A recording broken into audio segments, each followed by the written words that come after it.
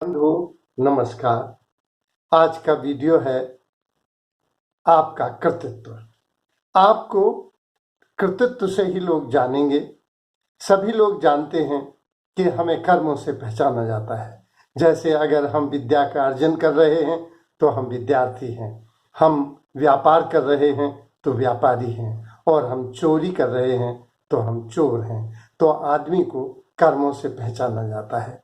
इस तरह से संज्ञा से भी ज्यादा कर्म क्रिया महत्वपूर्ण है, धर्म से भी ज्यादा कर्म महत्वपूर्ण है।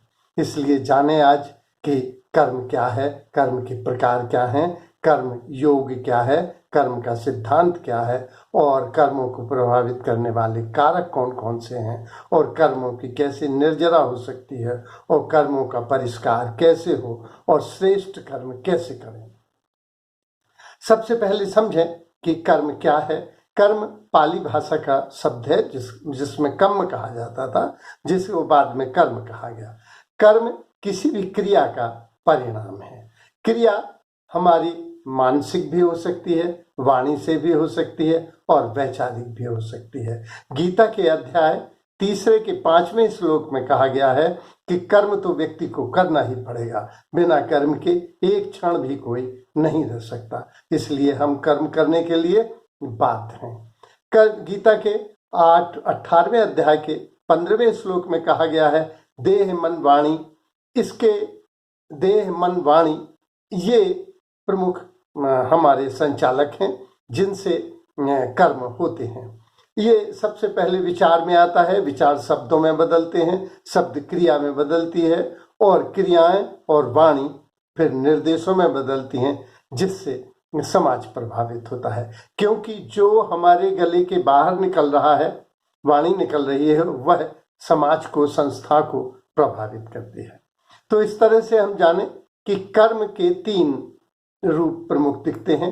एक तो जो अहंकारवश ये समझते हैं कि हम कर्म कर रहे हैं, वो कर्म बंधन में बनते हैं। वे स्वर्ग और नरक के, पाप और पुण्य के भागी होते हैं, क्योंकि वे अभिमान बस, अहंकार बस। गीता में कहा गया है कि वैसे तो संचालक मैं हूं, लेकिन कुछ अपने अभिमान बस ये समझते हैं कि मैं करता हूं। जो ये मानता है कि मैं पुण्य कर रहा हूं, मैं पाप कर रहा हूं, वो स्वर्ग और नरक का अधिकारी होता है।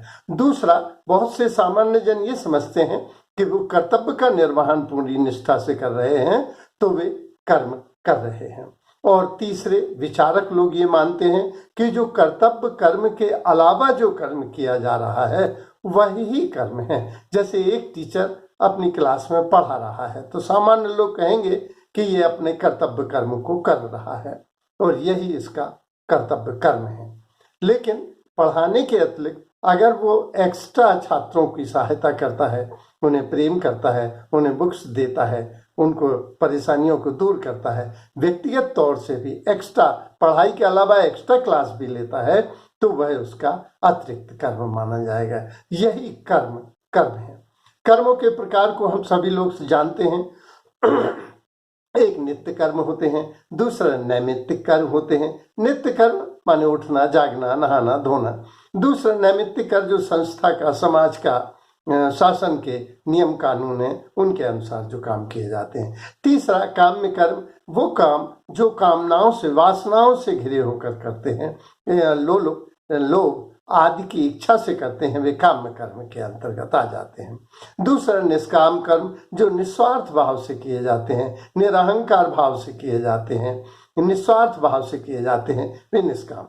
तीसरे संचित कर्म हैं, जो जैसे इसका उदाहरण ऐसे दे सकते हैं कि एक चट्टान 100 घन मारने पर टूटी, लेकिन 100वें घन पर टूटी, तो इसके माने 99 जो घन पड़े थे चट्टान पर, वे जो हैं संचित कर्म के अंतर्गत आ गए थे।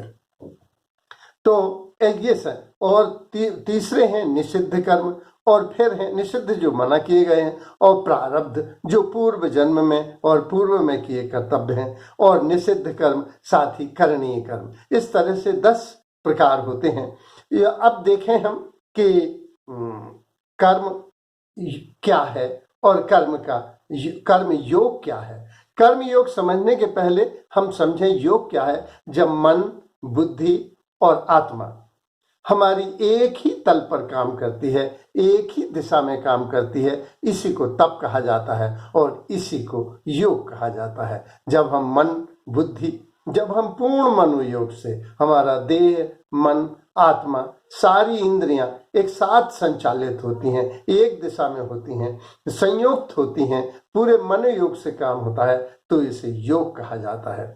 योग कर्मयोग को समझने के लिए पहले सांख्य दर्शन को समझें। सांख्य दर्शन में कपिल मुनि ने कहा था कि पुरुष और प्रकृति के बीच गुण हैं। ये गुण प्रकृति में 3 हैं। इन गुण ही गुण में बरत रहे हैं और सृष्टि संचालित हो रही है।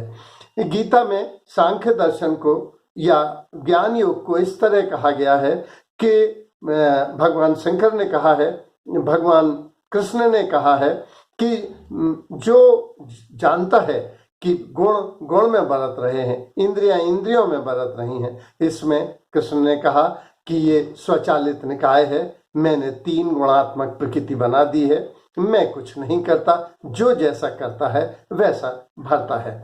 इस प्रकार ये स्वचालित निकाय स्वतः संचालित होता है। अब हम देखें कर्मयोग क्या है। कर्तापन के अभिमान से रहित होकर जो करता है कि मैं कुछ नहीं करता, मैं भगवान मुझसे कुछ करा रहा है, मैं एज ए टूल हूं, वह कर्मयोग के अंतर्गत आता है। जो परमात्मा में एकाकार हो जाता है, ऐसा निष्काम कर्मयोगी अनासक्त भाव से कर्म करता हुआ मोक्ष का अधिकारी होता है। शास्त्र विहित कर्म करने वाला कर्म योगी होता है। तो जो कर्तव्य कर्म नहीं करता है, गीता के अध्याय 3 के 16वें श्लोक में आया है कि वो तो व्यर्थ ही जीता है। इसलिए आदमी को अपना कर्म निरंतर करते रहना चाहिए। अब है कर्म का सिद्धांत। कर्म का सिद्धांत जैन दर्शन में आया है कि कर्म का सिद्धांत जो जैसा करता है वह वैसा भरता है। आदमी स्वर्ग, नर्क, मोक्ष स्वयं अपने कर्मों से प्राप्त करता है। इसीलिए जैन दर्शन मानता है कि ईश्वर की आवश्यकता नहीं है। बौद्ध, जैन और चार्वाक दर्शन ने मूर्ति भगवान की हटा दी, तीर्थंकरों को लगाया जो मनुष्य की तरह पैदा हुए थे और बाद में वे श्रेष्ठतर कर्म करते हुए श्रावक से मुनि हुए, आचार्य हुए, उपाध्याय होकर सिद्ध हो गए और बाद में वे तीर्थंकर हुए। इस तरह से जैन दर्शन ये मानता है कि कर्म के निरंतर परिपाक से, श्रेष्ठता से मनुष्य भगवान को प्राप्त होता है, क्योंकि महावीर का भी इस पृथ्वी पर जन्म हुआ और वे अंत में भगवान महावीर हुए। जो हिंदू दर्शन का कर्म का सिद्धांत है वो पूरी तरह से वेदों में, उपनिषदों में मान्य किया गया है, गीता में मान्य किया गया है। कर्म प्रधान विश्व रच राखा मानस, जो को न को सुख दुख कर दाता, निज कृत कर्म भोग सब भ्राता, रामचरितमानस में आया है कि कर्मों का सिद्धांत अटल है। कबीर ने भी कहा था, बोया पेड़ बमूल का आम कहाते होए, कर्मन की गति तारे ना हटरे, कर्म गति न्यारी, सबसे कर्म गति न्यारी। कर्म का सिद्धांत बहुत कठोर सिद्धांत है, क्योंकि वो मानता है कि कर्म का फल सीधा सीधा होता है। लेकिन हिंदुओं ने एक व्यवस्था की है कि यदि कोई पाप कर्म हो जाता है, निषिद्ध कर्म हो जाता है, शास्त्र संगत काम नहीं हो पाता है, तो भी कर्मों की निर्जरा हो जाती है। जो पछतावा करते हैं और पश्चाताप करते हैं और प्रायश्चित कर लेते हैं। पछतावा या जो पुनः न करने का वायदा करते हैं और प्रायश्चित स्वयं को दंडित कर लेते हैं, ऐसे लोगों की कर्म की निर्जरा होती है। पर जैन दर्शन में इसकी नहीं है। इस्लाम में यह आया है कि जिसके प्रति कर्म का गलत हो जाए, अगर हम उससे माफी मांग लें, हम जैसे मान लो मर्डर हो गया किसी व्यक्ति का और हमने उसकी पत्नी से, उसके बच्चों से माफी मांग ली, अगर वो नहीं है तो कब्र पे जाके माफी मांग ली। अब वो माफ करे या ना करे, लेकिन हम परमात्मा से माफी मांगने के अब हकदार हो जाते हैं और अल्लाह शक्तिशाली है, वो माफ कर सकता है। ईसाइयत में भी आया है कि अगर कर्म गलत हो तो पहले कन्फेस करो, स्वीकार करो, दोबारा न करने का प्रॉमिस करो। तो ईसा मसीह प्रार्थना करेंगे गॉड से कि वह तुम्हारे इन कर्मों को माफ कर दे। यहूदी दर्शन में यह आया है कि वो परम पिता है, परम करुणावान है, वो पाप पुण्यों के लेखे जोखे में नहीं पड़ता है, वो भाग्य कोई एक एक व्यक्ति का लिखता नहीं है, वह तो तुम्हें देखते ही परम पिता करुणा से पिघल जाता है और वो ये कहता है जो हमने तुम्हें श्रेष्ठतम चीजें प्रदान की थी, बच्चे दिए थे, सुंदर पत्नी दी थी, हमने तुम्हें लड्डू दिया था, समृद्धि दी थी, तुमने इस लड्डू को खाया क्यों नहीं, तुमने आनंद इंजॉय क्यों नहीं किया। इस तरह से कर्मों के अलग अलग धर्मों में अलग अलग सिद्धांत हैं। हिंदू दर्शन में वेद, उपनिषद, मानस, गीता सभी कर्मों को मानते हैं। उपनिषद में आया है ना हम करता, हरि है करता, हरि है करता, हरि है करता ही केवलम, मैं करता नहीं हूँ, केवल ईश्वर ही करता है, केवल ईश्वर ही करता है, केवल ईश्वर ही करता है। इसको 3 बार ऋषि ने कहा है। तो वस्तुतः गीता में भी आया है कि मैं ही इस संसार का संचालन करता हूँ। गीता में लेकिन कर्मों की उपेक्षा नहीं की गिरा है। गीता एक समन्वयकारी ग्रंथ है, उसमें लिखा है जो जैसा करता है वैसा भरता है। मानस में कर्म प्रधान महत्व को महत्व दिया गया है, कर्मों की अति महत्ता है। इस तरह से कर्मों की निर्जरा के लिए भी हिंदू दर्शन में व्यवस्था है। कर्मों को प्रभावित करने वाले कारक मानस में बड़ी स्पष्ट व्याख्या आई है। मंदोदरी रावण से कहती है, काम, क्रोध, लोभ, मोह नाथ नरक के पंथ। हमारे ज्यादातर शास्त्र संगत कर्म न होकर काम से, क्रोध से, लोभ से ग्रसित होते हैं। गीता के पहले अध्याय के पहले ही श्लोक में आया है, माम कहा, मेरे और पांडु के पुत्रों ने क्या किया। ये मेरे और मैं यही मोह का कारण होता है और लोभ तो निरंतर बढ़ता चला जाता है। इस तरह से काम से जो होते हैं, क्रोध से होते हैं, वे गलत निषिद्ध कर्म हो जाते हैं। महाभारत और रामायण में इन कर्मों को सुनियोजित करने के लिए बड़ी अच्छी व्यवस्था की गई है। यदि हम देखें कि महाभारत में और मानस में क्या अंतर है, तो महाभारत में संबंधों के प्रति समर्पण ज्यादा है, सत्य के प्रति कम है, जबकि रामचरितमानस में सत्य के प्रति, धर्म के प्रति समर्पण ज्यादा है, संबंधों की उपेक्षा की गई है। इसीलिए महाभारत में श्रेष्ठतम लोग भी मारे गए, द्रोणाचार्य, कृपाचार्य, कर्ण, भीष्म पितामह आदि।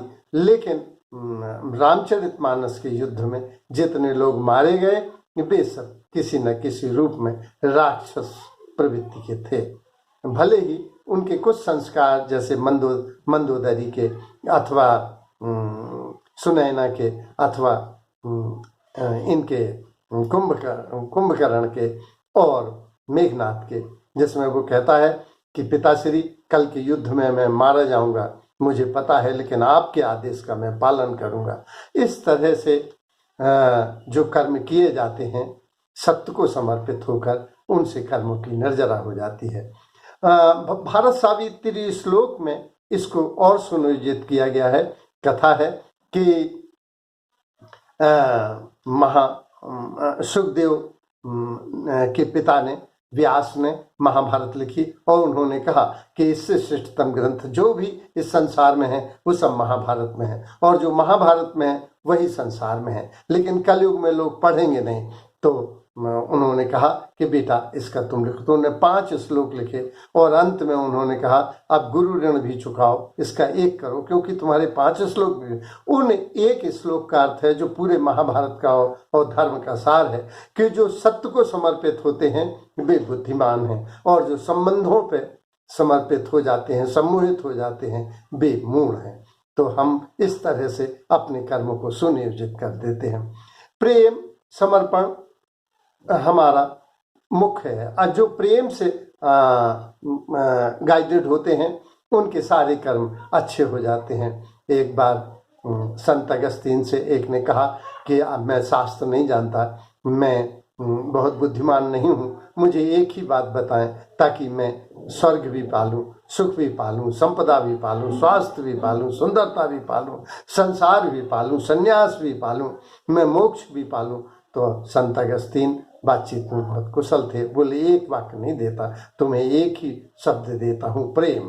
प्रेम को आचरण में उतारने पर हमारे कर्म सब श्रेष्ठतम हो जाते हैं।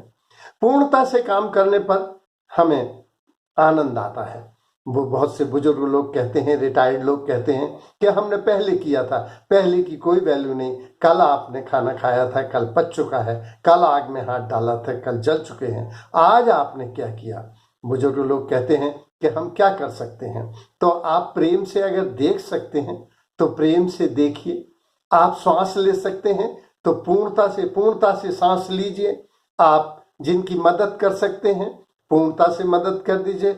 आप बोल सकते हैं, प्रेम से वाणी से बोलिए। जो भी कर्म कर सकते हैं पूरी निष्ठा, ईमानदारी और पूरी शक्ति से करें तो आपके कर्म निस्संदेह परिष्कृत हो जाएंगे और कर्मों की निर्जरा भी हो जाएगी। धन्यवाद।